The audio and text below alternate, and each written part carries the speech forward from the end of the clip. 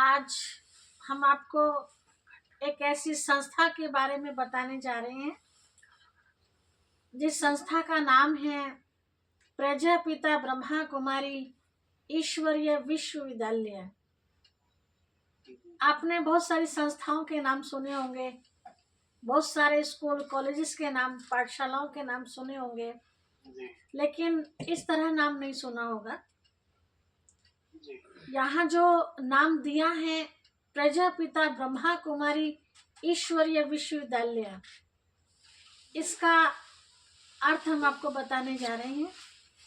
प्रजापिता अर्थात सारी सृष्टि का जो पिता है, उस पिता ने आकर के यहाँ संसार में एक ऐसा स्कूल, ऐसा विद्यालय खोला है जिस विद्यालय के अंदर ऐसी पढ़ाई पढ़ाई जाती है जहाँ मनुष्यों के संस्कार परिवर्तन किए जाते हैं। आप बाकी स्कूल कॉलेजेस में जो पढ़ाई पढ़ते हैं वो आप भौतिक पढ़ाई पढ़ते हैं, जिसमें हमें अक्षरों का ज्ञान मिलता है और जीवन व्यापन के लिए कमाई का एक साधन बन जाता है। संसार में 3 तरह की पढ़ाई होती है। एक भौतिक पढ़ाई जो हम पढ़ते ही आ रहे हैं, दूसरी सामाजिक पढ़ाई और तीसरी है आध्यात्मिक पढ़ाई। तो भौतिक पढ़ाई के बारे में तो सभी जानते हैं। दूसरी सामाजिक पढ़ाई वो होती है जहां हम 4 लोगों के बीच में बैठ के कुछ अच्छी बातें सीख पाते हैं, अच्छी आदतें अपने अंदर ले आते हैं। समाज के अंदर कैसा चलना चाहिए, एक दूसरे के प्रति कैसी भावनाएं होनी चाहिए, किस तरह हमें एक दूसरे का सहयोगी बनना चाहिए, एक दूसरे का दर्द खत्म करना चाहिए, ये समाज से हमें सीखने को मिलता है। और तीसरी होती है आध्यात्मिक पढ़ाई, जो ना स्कूलों में मिलती है और ना ही हमें समाज से मिलती है। वो पढ़ाई मिलती है आत्मा का पिता परमात्मा, जिसको भगवान, अल्लाह, खुदा, गॉड आदि अनेक नामों से हम उसे पुकारते या याद करते हैं। आध्यात्मिक पढ़ाई अर्थात अंदर की पढ़ाई, अंदर में मैं कौन हूँ, है ना। आज तक हम एक दूसरे को बाहर से जानते आए हैं, जैसे कि मेरा नाम सरोज है, आपका नाम क्या है? रिजवान भाई जी। आपका नाम क्या है भाई जी? अमरदीप। आपका नाम क्या है? सुरेश। सुरेश जी। बहन जी आपका नाम क्या है? शिव कुमारी। शिव कुमारी जी, है ना। तो ये जो हम परिचय दे रहे हैं, ये हम भौतिक जगत में रह रहे हैं, तो भौतिक जगत का परिचय है ये। लेकिन हम इस भौतिक जगत में जब आए, जब भी कुछ थे, है ना, और यहाँ से चले जाएंगे हम सब, तब भी हम कुछ होंगे। तो वो पढ़ाई, अंदर की पढ़ाई, भीतर की पढ़ाई, उसे आध्यात्मिक पढ़ाई कहते हैं, जिस पढ़ाई से हमारे कर्म बदलते हैं। यहाँ ईश्वरीय विश्वविद्यालय के अंदर धर्म परिवर्तन नहीं किया जाता भाई जी, कर्म परिवर्तन किया जाता है। आप देखते हैं जब ये संसार ऊपर वाले ने बनाया था, तो ये संसार कैसा था? ये संसार कभी स्वर्ग कहलाता था, है ना। भारत के लिए अगर कहें, इतिहास में हम सब पढ़ते आए हैं कि भारत सोने की चिड़िया कहलाता था, या कहें ये दुनिया कभी जन्नत कहलाती थी। क्या आज हम इसको जन्नत कह सकते हैं, बहिश्त कह सकते हैं? नहीं कह सकते। आज तो दोजख बन गई है। तो जन्नत में कौन रहते थे? वहां भी आपके और हमारे जैसे ही मानव रहते थे, लेकिन उनको मानव नहीं, उनको देव मानव कहा जाता था, जो आज वो हर मंदिरों में, घरों में पूजे जा रहे हैं, जिनका नाम लेने से ही हमें बहुत सुकून मिलता है ना। तो वो देव मानव थे, अर्थात उस अल्लाह के भेजे हुए अल्लाह लोग थे, जो सबको सुख दिया करते थे, कभी किसी को वो दुख नहीं देते थे, सहयोग देते थे। और आज के टाइम बिल्कुल उल्टा हो गया, देने के बदले और ही लेने की भावना रखते हैं। तो ये ऐसा ईश्वरीय विश्वविद्यालय है जहाँ धर्म, जाति, गरीबी, अमीरी, किसी भी तरह का कोई भेदभाव यहाँ नहीं है। इस ईश्वरीय विश्वविद्यालय के अंदर छोटे बच्चे से लेकर 80 वर्ष के बुजुर्ग तक भी यहाँ पढ़ाई करते हैं। ये एक ऐसा विश्वविद्यालय है भाई जी जहाँ किसी भी तरह की फीस नहीं ली जाती है, निःशुल्क पढ़ाई होती है। और आज दुनिया में हम जो अंधविश्वास देख रहे हैं कि किसी ने कुछ बताया और हम मान लेते हैं, वहीं पर अपना सिर झुकाने लगते हैं। हमें पता ही नहीं है कौन है, कहाँ रहते हैं, कहाँ क्या करते हैं, हमें इनसे कुछ मिलेगा नहीं मिलेगा। किसी ने कहा तुम्हारी मनोकामनाएं पूरी हो जाएंगी, बस हम मान लेते हैं, है ना। मतलब बुत पूजा करने लगे हैं, मूर्ति की पूजा करने लगे हैं। अंधविश्वास इतना ज्यादा बढ़ गया है कि अंधविश्वास के पीछे जो सत्यता थी वो खत्म हो चुकी है। हर एक मानव आज अज्ञान अंधकार में भटक रहा है। तो यहाँ ईश्वरीय विश्वविद्यालय के अंदर उस अज्ञानता से दूर किया जाता है, ज्ञान का प्रकाश दिया जाता है। इस ईश्वर विश्वविद्यालय को केवल विद्यालय ही नहीं कहेंगे, ये एक परिवार भी है, क्योंकि हम सब नारा लगाते हैं हिंदू मुस्लिम सिख ईसाई आपस में सब भाई भाई। तो भाई भाई है, इसका मतलब है कि हम सब एक पिता के बच्चे हैं, है ना। तभी तो भाई भाई हुए ना आपस में हम सब। तो ये परिवार भी है, यहाँ भाईचारे की भावना यहाँ सिखाई जाती है, विश्व कुटुंबकम की भावना दी जाती है। हम सब एक ही घर के रहने वाले हैं, एक ही पिता के बच्चे हैं। अगर बाहरी रूप से आप देखें, अगर हमारे कहीं से कोई अंग कट जाता है तो भाई जी ब्लड सबका कैसा होता है, सेम होता है ना। और आप देखते हैं हॉस्पिटल में एक साथ 4 बच्चे जन्म लेते हैं और उनको बताया ना जाए कि आपका कौन सा बच्चा है, क्या पहचान सकते हैं कि ये किसका बच्चा है, हिंदू का, सिख का, मुस्लिम का, ईसाई का, किसका बच्चा बता सकते हैं? कोई पहचान होती है? कोई पहचान नहीं होती। तो ये पहचान हम और आप ही करते हैं। भेदभाव हमने पैदा किया है, ऊपर वाले ने किसी भी तरह का कोई हमारे अंदर भेद नहीं रखा। हम अच्छे कर्म करते हैं तो सबको वो अच्छा फल देता है, हम बुरे कर्म करते हैं तो सबको वो ऊपर वाला सजा देता है, सबके लिए वो एक है ना। हम सब एक नहीं हो पाते हैं, तो एक हो जाए उसके लिए यहाँ ये पढ़ाई पढ़ाई जाती है। इस ईश्वर विश्वविद्यालय को पढ़ाई के साथ साथ हॉस्पिटल भी कहा जाता है भाई जी।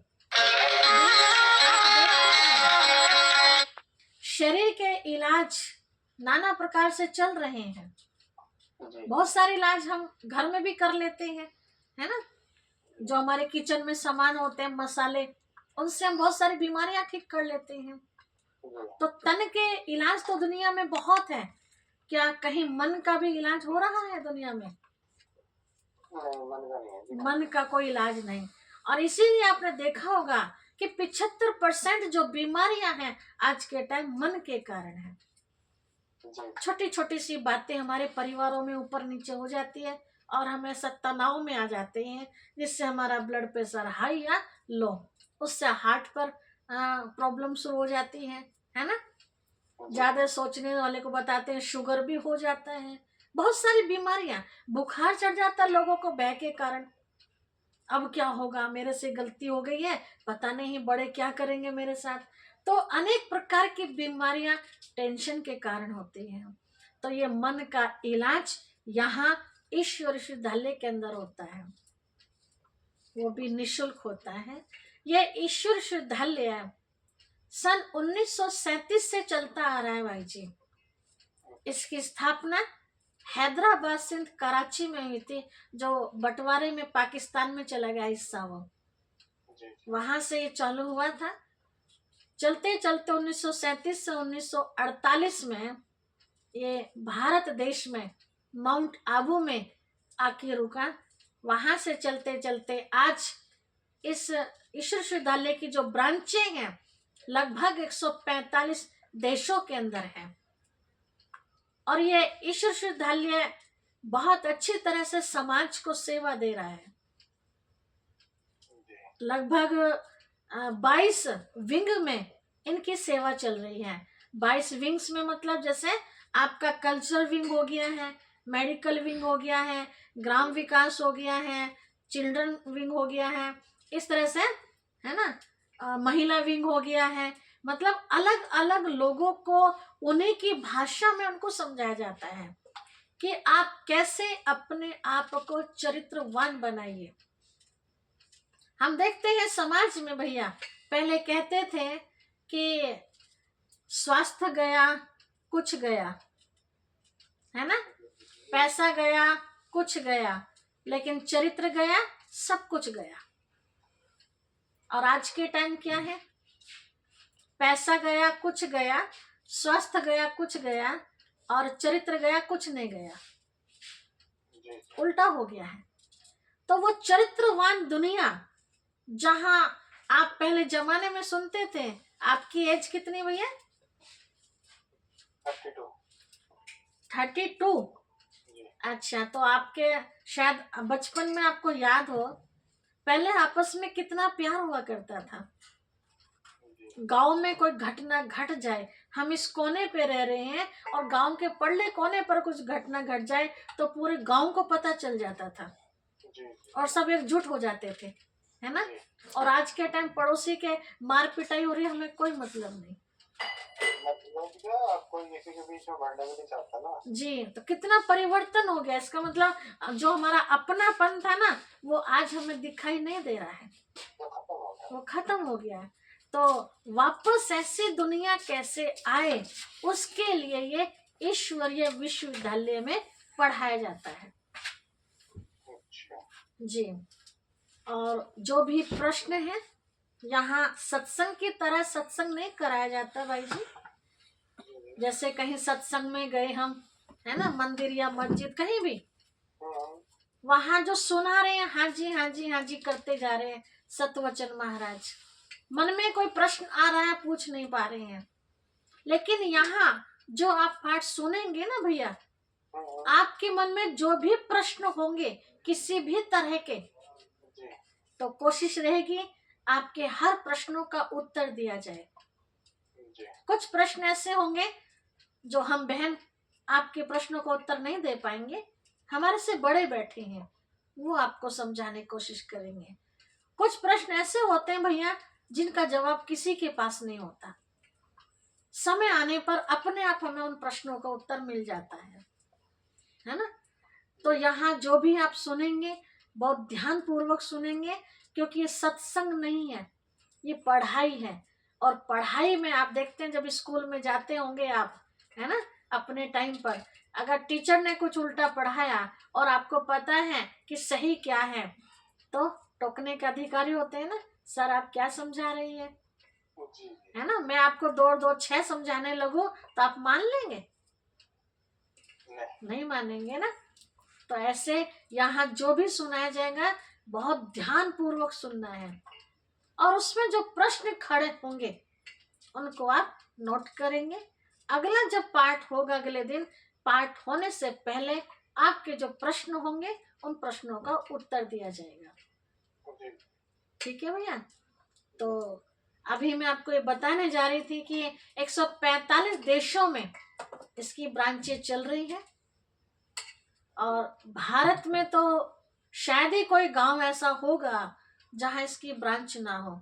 आपके नजदीक मोदी नगर में भी है, काफी बड़ी ब्रांच है, टाइम कभी मिले तो जरूर जाना वहाँ, है ना। लेकिन पहले आप ये क्लासें कर लेंगे तो अच्छा लगेगा, तब जाना वहाँ, ठीक है।